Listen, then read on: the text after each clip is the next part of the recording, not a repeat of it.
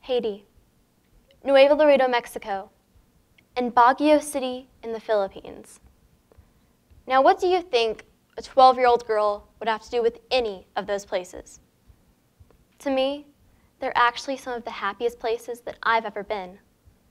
But according to Google Images, they're the sites of tragic earthquake devastation, extensive flooding, and where mutilated bodies hang from bridges because of the drug wars.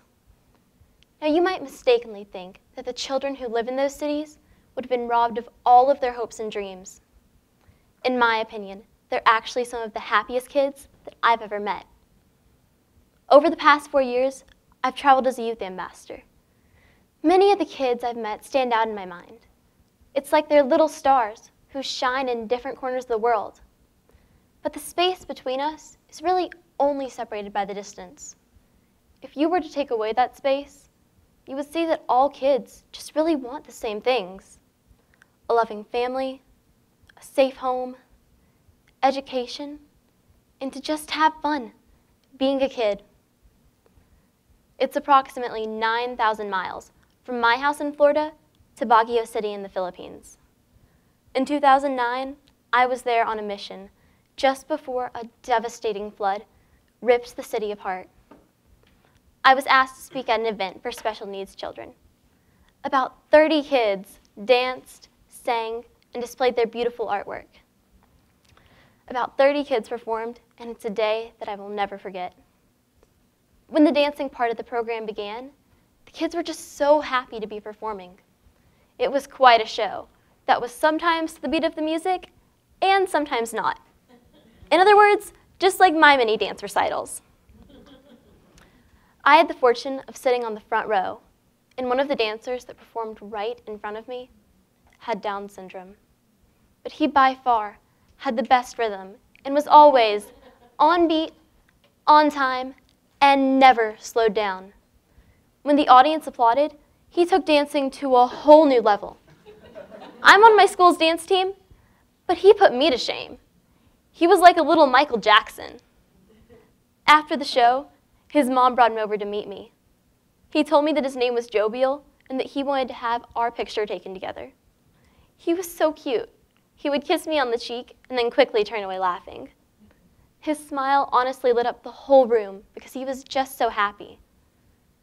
But there we were in a third world country, a Philippine boy with Down syndrome, and a Southern girl from the white sandy beaches of Florida.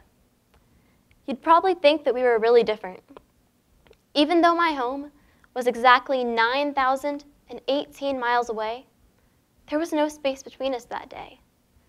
We were just two kids, enjoying two of the most important things to a kid: the love and support of a family, and to just have fun.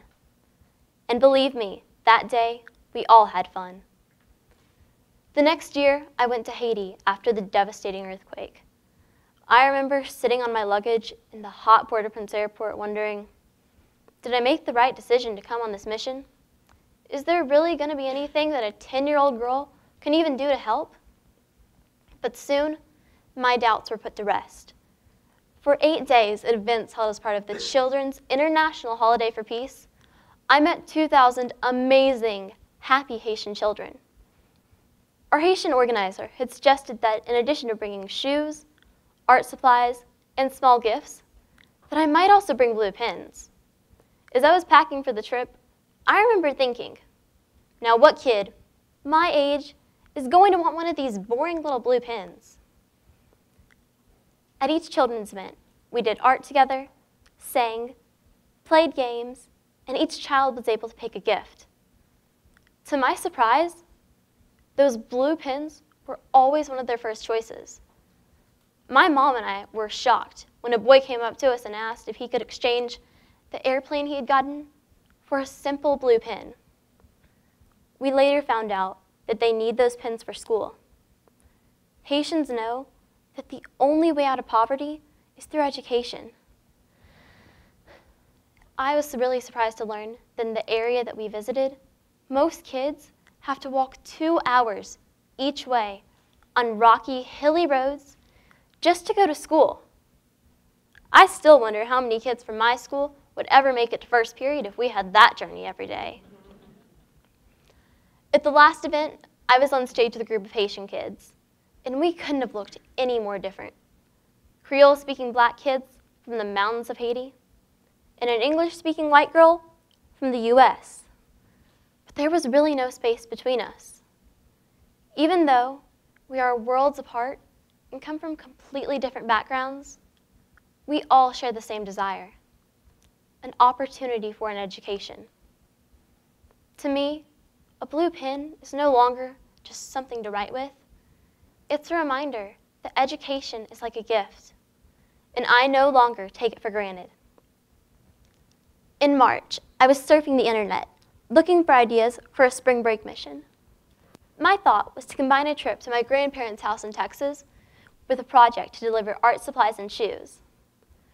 I read about an orphanage named Casa Hogar Lim in Nuevo Laredo, Mexico, and it sounded perfect, and it had been started by this really cool woman named Mama Lapita. Well, my parents weren't so sure it was the perfect spot for our spring break vacation.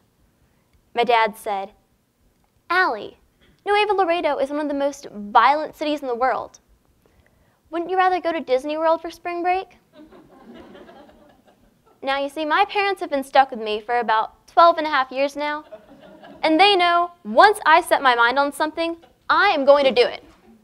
So after a few days of my personal best begging and pleading, they agreed that we could go.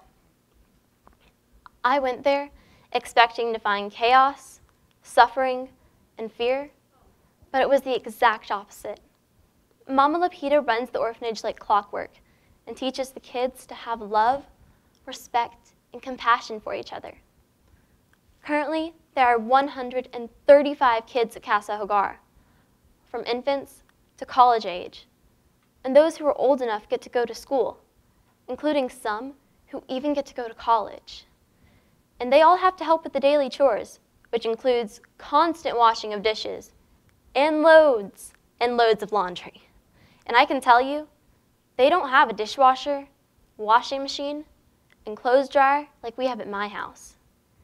Imagine a home with 135 kids. Wow. And my mom complains about how many loads of laundry we have in a week. And there are only 3 of us.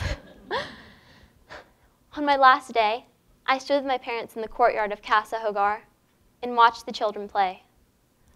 Our families couldn't have looked any more different. Mine of 3 from the safe Emerald Coast of Florida, and the 135 Hispanic children at an orphanage in one of the world's most dangerous cities. But my visits to Casa Hogar have taught me that families come in all colors, shapes, and certainly sizes, but in many ways are just alike. They provide a safe home, a loving family, and an opportunity for an education. As a youth ambassador, I have had the opportunity and privilege to meet thousands of children all around the world. And let me be honest with you. Many of the kids I've met in places like China, India, Mexico, Haiti, and the Philippines live in horrible conditions. And I can tell you, it has changed my life. Because when we as kids are just given a chance to experience unconditional love, where we feel safe and get to enjoy being a kid, there is absolutely no space between them and me and you. Those are truly the happiest places on earth. Thank you.